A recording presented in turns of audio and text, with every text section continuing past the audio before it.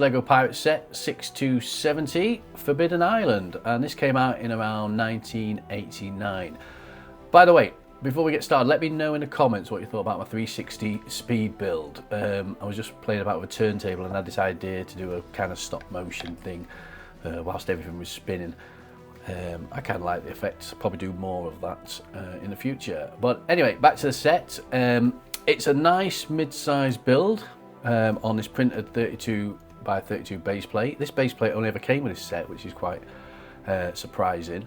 It's got a decent amount of height in the form of these buildings and this crow's nest.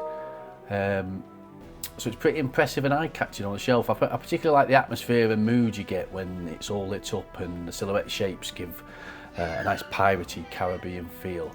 It comes with 4 minifigs, an Imperial soldier with a backpack, 2 basic pirates, and then Captain Redbeard and his lovely parrot. There's also a monkey roaming free on the island, so no doubt getting up to mischief. As you can see in the middle of the build is a rope bridge, which looks amazing. The stairs leading up to it feel a little bit too modern, industrial kind of stairs, maybe the sort of things you'll see on a railway bridge, but you can easily imagine those being carved out of rock. No problems really there at all. The centerpiece and defining feature is no doubt this rigging and crow's nest. I reckon it makes the set feel way more grander than it would do without it, and you can pose plenty of minifigures on it in all sorts of action poses, making it feel really dynamic. There's a bunch of nice printed wall pieces that help make up the main structure, and then these 2 prison doors, they give a really strong, robust foundation both visually and structurally. There's a little trap door where an unsuspecting individual can be plunged into the dark, the wet depths of this prison cell here.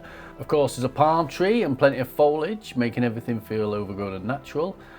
We get a boat, we get a shark, plenty of pistols, muskets and cutlasses, and a treasure chest with 8 gold coins in it. This adds plenty of fun playability and storytelling opportunities. I also love the details like this torch, and of course the huge Jolly Roger flag, leaving you in no doubt who this island belongs to and who lives here. I've also got the instructions for this. They're in nice condition. This is all the great photography and alternative build ideas that were typical of the 80s and 90s Lego. All in all, I love this set. It's got an impressive stature and feels substantial thanks to the large base plate without being so big that it's going to break the bank if you want to grab a copy on eBay.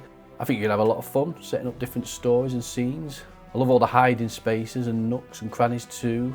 That's probably one of my favourite characteristics of older Lego sets, to be honest, all the little places where you can imagine hiding away.